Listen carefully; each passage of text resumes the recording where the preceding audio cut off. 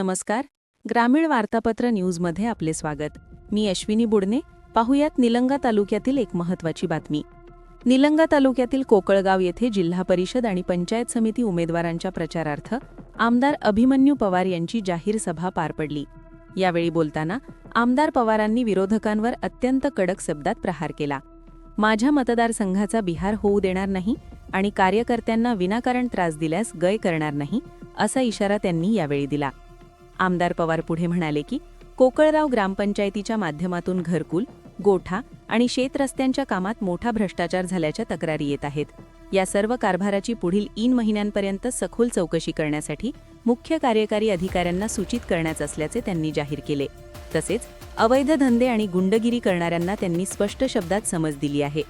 या सभेत भाजप नेत्या अर्चनाताई पाटील यांनी विरोधकांच्या भूलथापांकडे लक्ष न देण्याचे आवाहन केले, तर शिवसेना जिल्हा प्रमुख शिवाजीराव माने यांनी उमेदवार कविताताई गोरे यांच्या संघर्षाचे कौतुक करत त्यांना विजयी करण्याचे आवाहन केले.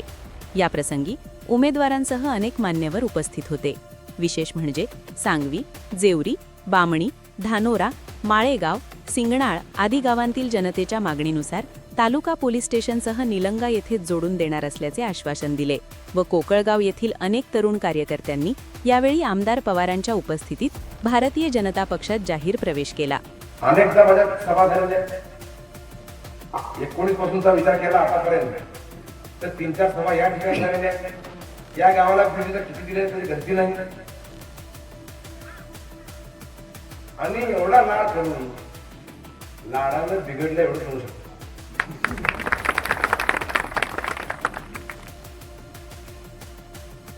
आणि 22 तारखेपर्यंत चांगला, 22 तारखेच्या रात्री 12:30 चांगला, ते तिकडे वाईट लगेच एवढी पैसे कशी वाढू शकतो.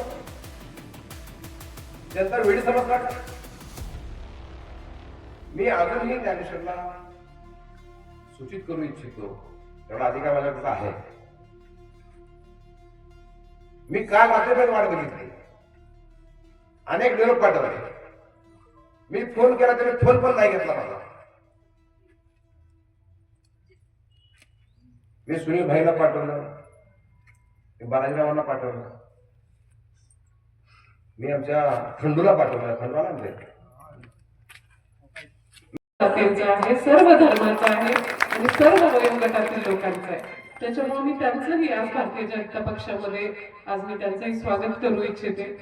जिल्हा परिषदेच्या निवडणुका आपल्या लातूरसाठी तर विशेष महत्वाच्या आहेत, कारण लातूरवर जिल्हा परिषद मागच्या वेळी भारतीय जनता पक्षाच्या ताब्यात होती.